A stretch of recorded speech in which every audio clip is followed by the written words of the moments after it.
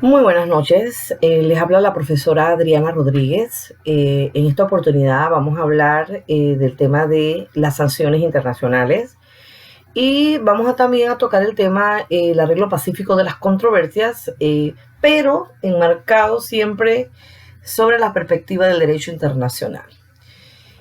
Cuando nosotros conversamos o hablamos de sanciones internacionales, nos puede llamar mucho la atención porque a nivel interno, cuando una persona comete un ilícito o comete un delito, normalmente sabemos que hay un procedimiento, hay un proceso y de ese proceso pues van a venir las sanciones correspondientes o las amonestaciones correspondientes. Pero cuando estamos hablando de que el Estado ha realizado algún tipo de acción, ha llevado a cabo una actividad donde se genera una responsabilidad y no hay excluyente, sino que está comprobado el hecho de que el Estado cometió ese acto, entonces habría que determinar en ese aspecto qué sanción le corresponde o qué nos dice el derecho internacional sobre los tipos de sanciones. Bien, el tema de las sanciones a nivel internacional tenemos que verlo desde la perspectiva de Naciones Unidas, porque es la organización que prácticamente regula este tema. Dice, la Carta de las Naciones Unidas no emplea en ningún momento la palabra sanción para referirse a las medidas que debe tomar el Consejo de Seguridad. Ya debemos partir entonces que si estamos hablando de Naciones Unidas, hay un órgano, el órgano competente para tomar la decisión sobre la responsabilidad sanción, pero que no está en la Carta, es el Consejo de Seguridad. Por si no lo saben, el Consejo de Seguridad está conformado por 15 miembros, de los cuales 5 son permanentes. Esos 5 permanentes son Estados Unidos, son el Reino Unido de Gran Bretaña, China, Rusia y Francia.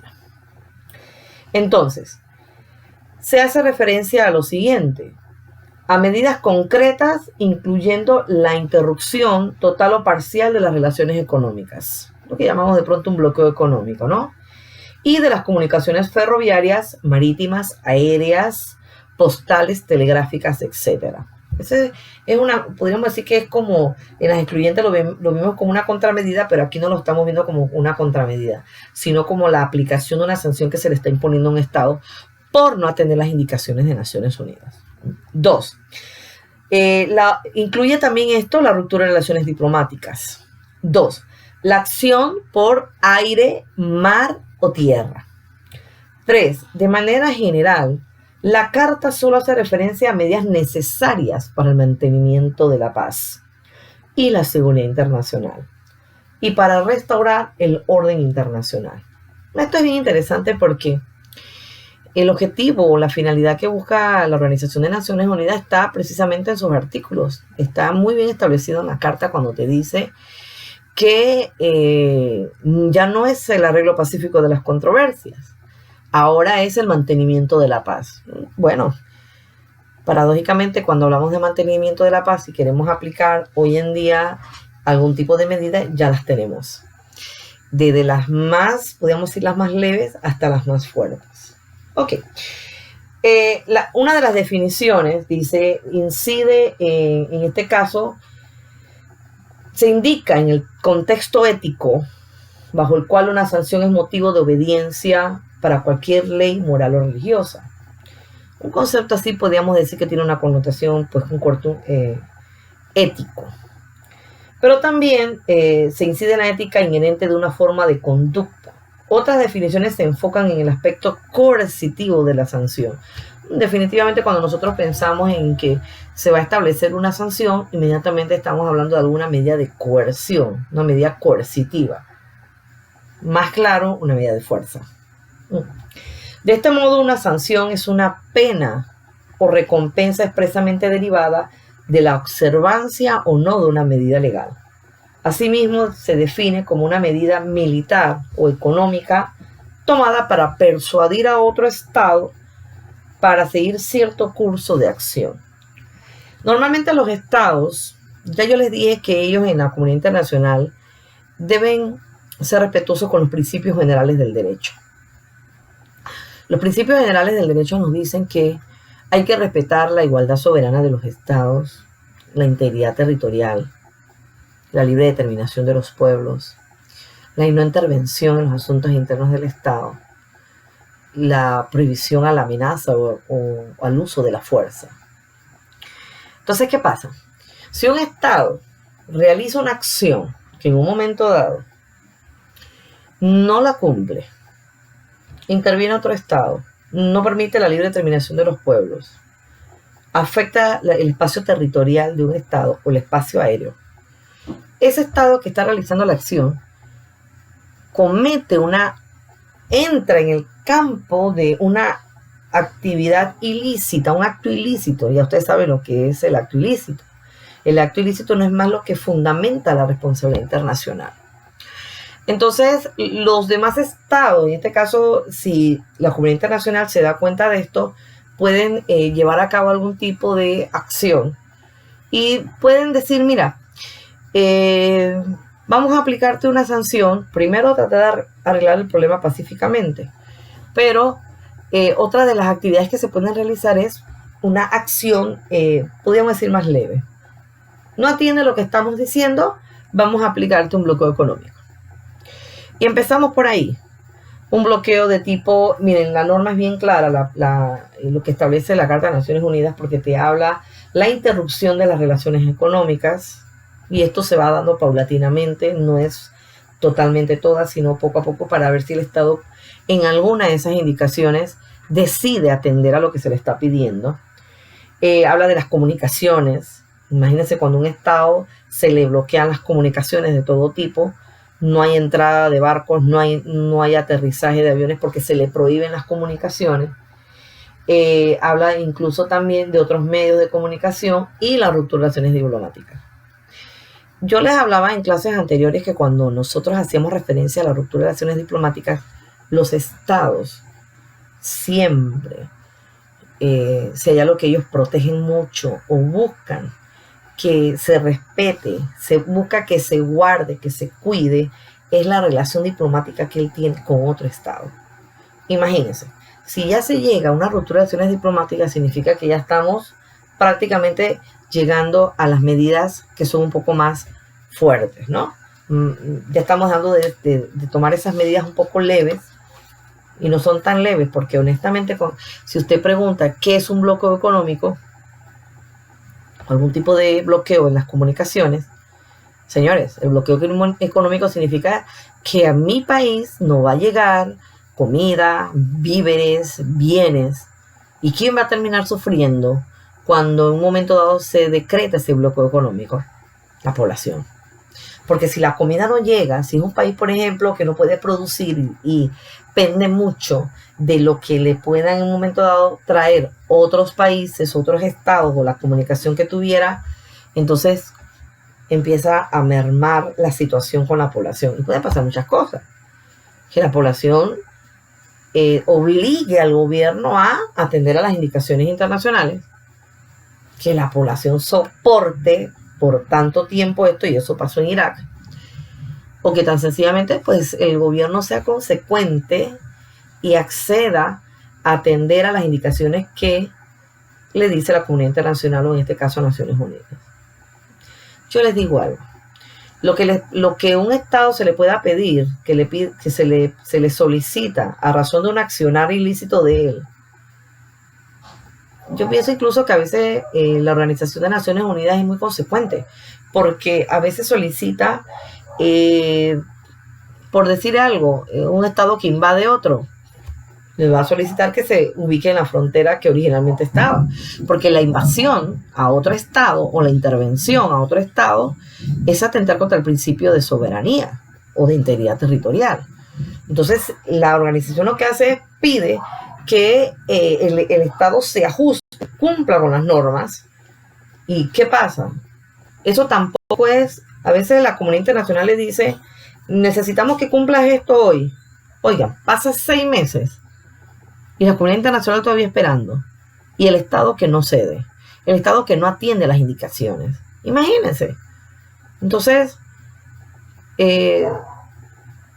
habría que analizar y pensar verdaderamente cuando se le decreta un bloqueo económico a un Estado que no ha atendido las indicaciones, si verdaderamente quiere a su población o si verdaderamente atiende como debe ser al bienestar común de su población. Dejémoslo ahí, ¿no? Recuerden siempre que los estados, si forman parte de la comunidad internacional, mínimo deben atender las indicaciones, porque para eso son parte de esa comunidad internacional. Mucho más si pertenecen a una organización. Bien.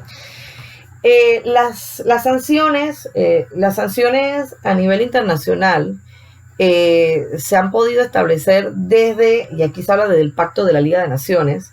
Estamos hablando de el tratado que crea en este momento la Liga de las Naciones o la Sociedad de Naciones, 1919, porque fue prácticamente cuando terminó la Primera Guerra Mundial, que ya empieza a verse este tema de las sanciones que se le pueden ubicar en un momento dado a un Estado, ¿no? Señala la lectura que a ustedes se les entregó, que la Liga impidió que se lograran avances significativos en la aplicación de sanciones económicas, aunque se consiguieron lograr algunas menores contra Yugoslavia, Grecia en 1925. La Liga no intervino tras la invasión japonesa de Manchuria y en 1935 actuó demasiado tarde cuando Italia invadió Abisinia. A pesar de la percepción general de las sanciones económicas, no había cumplido con sus objetivos, se le concedió a esta un papel central en los procedimientos de la Carta de las Naciones Unidas. Bien, ¿qué hablamos de las sanciones económicas en la Carta de las Naciones Unidas? ¿Cómo están establecidas las sanciones económicas? Bueno, definitivamente, como ustedes saben, y digo que deben saberlo porque ya ustedes vieron las funciones que deben tener en algún momento dado los diferentes órganos de sanciones de Naciones Unidas, a quién le compete el sancionar, pero también recuerden que estamos hablando a nivel de la comunidad internacional, pero un Estado, si otro Estado no cumple un tratado y aquel Estado que no cumplió mi tratado me generó a mí un daño, aquel Estado es responsable. Y si hay un grado de responsabilidad, entonces, y no cumple, y yo le digo, yo como Estado afectado le digo, tienes que indemnizarme, yo lo puedo demandar, porque pacíficamente no hemos podido arreglar el problema, entonces yo lo puedo demandar. Y cuando yo lo demando, entonces la Corte lo puede, si estoy en mi justa razón, la Corte lo puede sancionar. ¿Ya? Y parte de la sanción puede ser hacer un pago, una indemnización de tipo monetaria. Bien, hay varios factores que explicar la continuidad de las sanciones económicas en la Carta de las Naciones Unidas. Primero, es el reconocimiento de que ciertas medidas económicas de los aliados, aunque tardías, contribuyeron a la derrota definitiva de las potencias del eje. Esto nos lleva al segundo punto en que el sistema de Naciones Unidas fue estructurado para superar las deficiencias del sistema anterior, las deficiencias que tuvo la Sociedad de Naciones. Al momento sí se ve que aplicó algún tipo de sanción, pero tuvo una que otra deficiencias y la prueba está en que definitivamente la organización no subsistió porque en 1939 prácticamente estaba desaparecida, ¿no? En este sentido, se le confiere al Consejo de Seguridad una mayor responsabilidad que la que otorgaba al Consejo bajo el Pacto de la Sociedad de Naciones. Al diseñar los procedimientos del capítulo 7 de la Carta, se puso especial énfasis en facultar al Consejo de Seguridad para responder adecuadamente ante esta situación. Nosotros tenemos la Organización de Naciones Unidas. Esa organización se divide en diferentes órganos. El órgano más democrático que nosotros encontramos es la Asamblea General, donde están todos los estados representados. Está el Consejo de Seguridad, que podríamos decir es el órgano más político y más militar que pueda tener, y es el órgano encargado de decidir. Es el órgano que ante una situación que se le presenta a Naciones Unidas puede tomar una decisión. La Asamblea General, que es el órgano más democrático, como les dije, no decide, solo recomienda. Entonces los estados deciden si aceptan o no la recomendación. En cambio, el Consejo de Seguridad decide. Entonces, amplias facultades tiene el Consejo de Seguridad para actuar antes de que los estados puedan amenazar el orden internacional con una agresión. Habría que determinar qué es agresión. Y les digo algo, nosotros podríamos definir qué es agresión, pero cuando se da una situación X, poder decidir si esa situación se encuadra dentro del concepto de agresión, lastimosamente lo va a definir el Consejo de Seguridad. Y a mí particularmente me llama mucho la atención porque le dejas a un órgano político, porque es bastante político, definir si un acto es o no es un acto de agresión, donde es un órgano que están los 5 grandes y que probablemente alguno de las 5 potencias haya realizado ese acto de agresión. Entonces, aunque la definamos, aunque existe una resolución que trata de ajustar el concepto de agresión, me parece a mí que debió habérsele dado a otro órgano o a otra entidad más jurídica determinar si la acción que realizó el Estado se enmarca dentro del concepto de la agresión. Es mi opinión, es mi humilde opinión, ¿sí?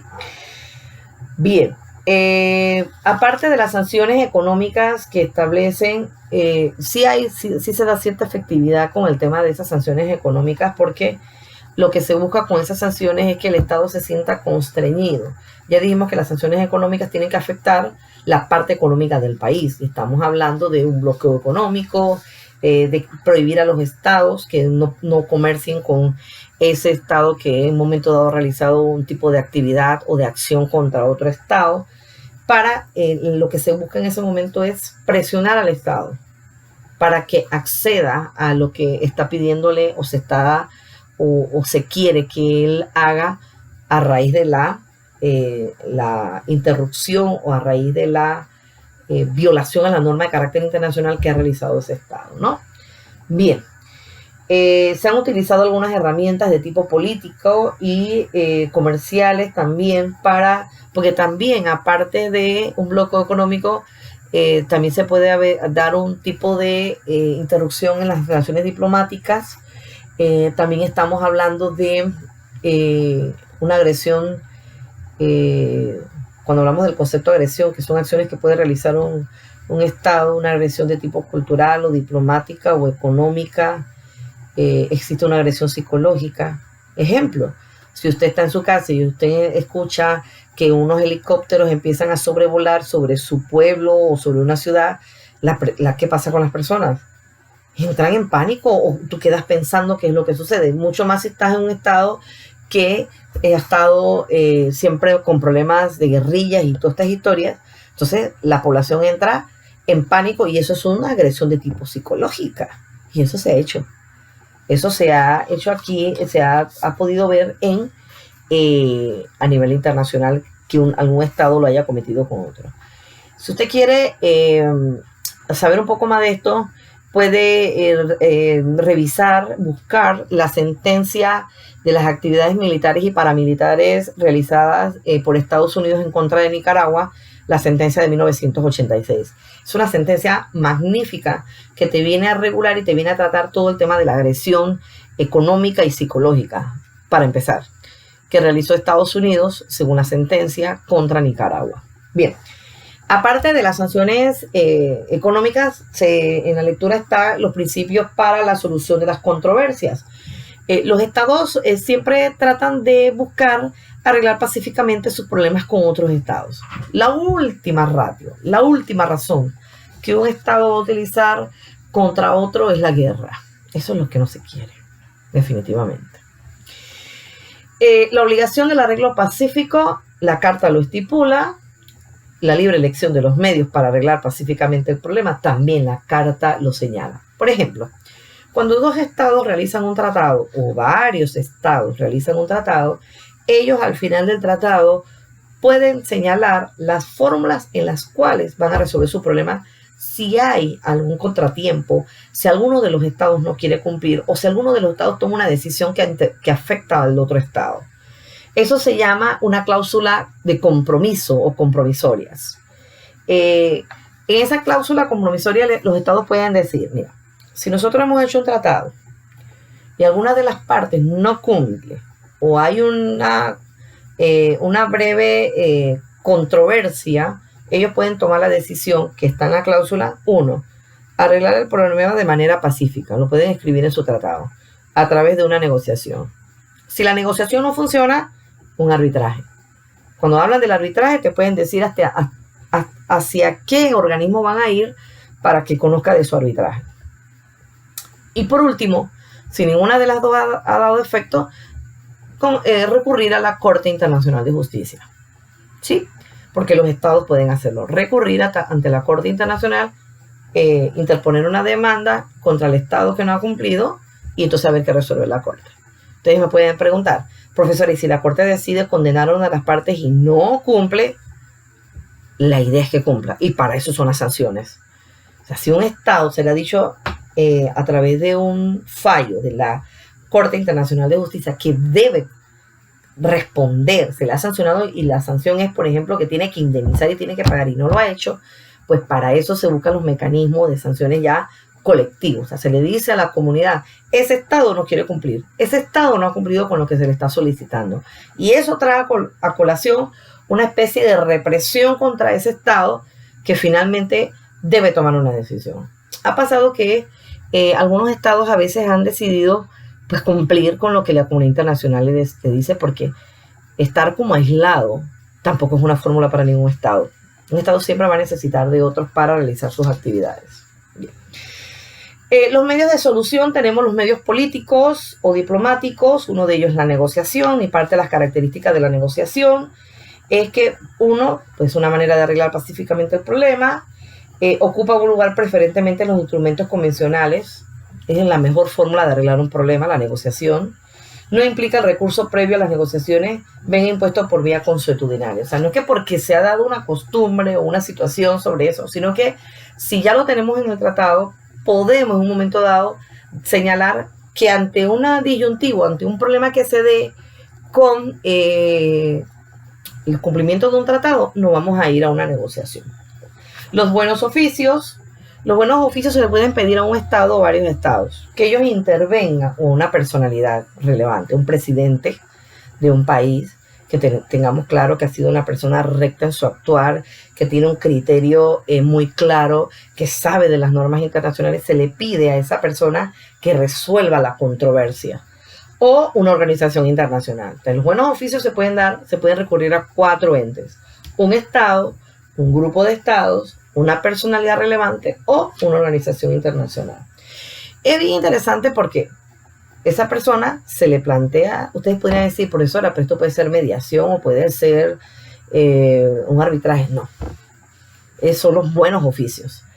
Esa persona se le va a explicar qué es lo que se quiere de ella y que resuelva. Ahora, para esto necesitamos que los estados cumplan o estén anuentes a que lo que se decida por esa persona o ese estado se cumpla por ellos. La idea es esa.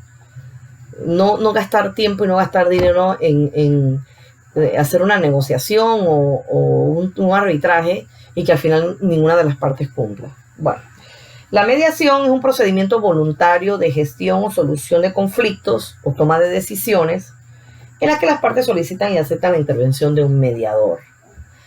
Mediadores profesionales, imparciales, neutrales y sin capacidad para tomar decisiones por ellas, ni imponer las mismas. ¿Ya? En la esfera internacional, la mediación es un medio diplomático de arreglo de las controversias. A diferencia de los medios jurisdiccionales, o sea, de la corte, los actores que recurren a ella conservan su libertad de acción y decisión en cuanto a la solución final de la controversia.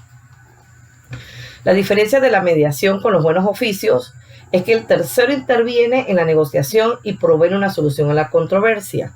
La mediación es facultativa, salvo que esté consignada en el pacto. O sea, salvo que en el tratado se establezca que nos vamos a ir a una mediación para arreglar problemas, es facultativa. Los estados pueden decir, mira, como el tratado no dice nada, vámonos a irnos a una mediación.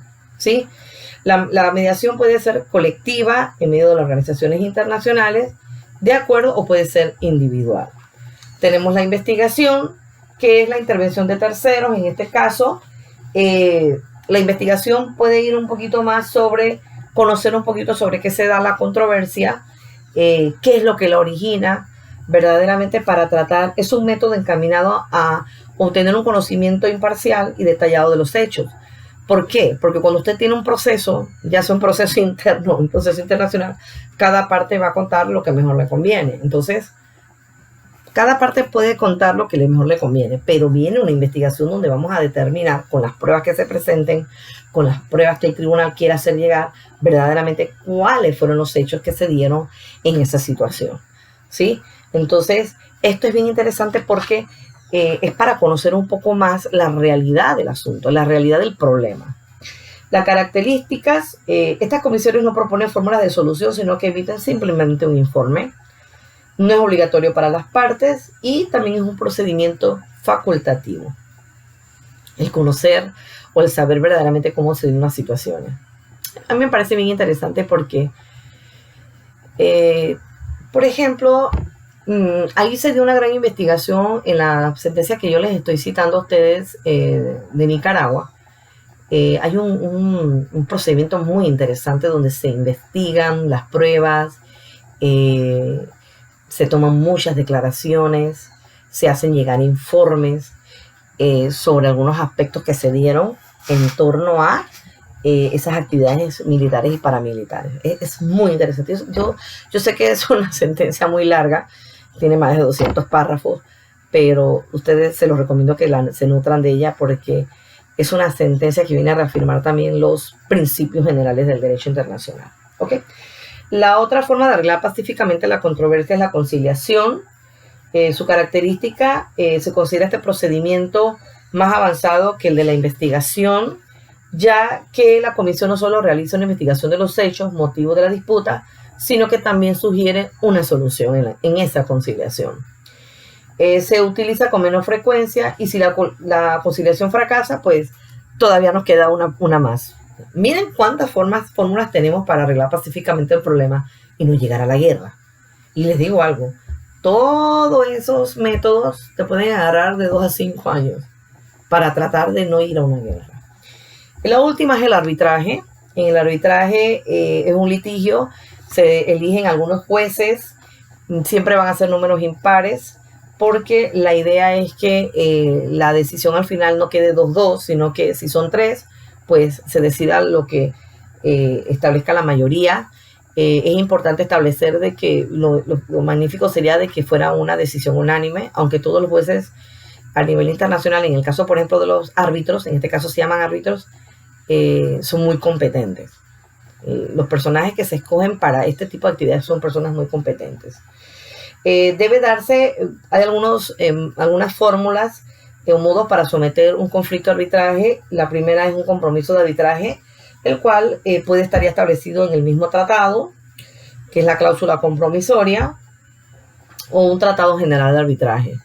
Puede que exista un tratado y los estados deciden acogerse a ese tratado donde le va a explicar detalladamente cómo su caso se va a someter a un arbitraje.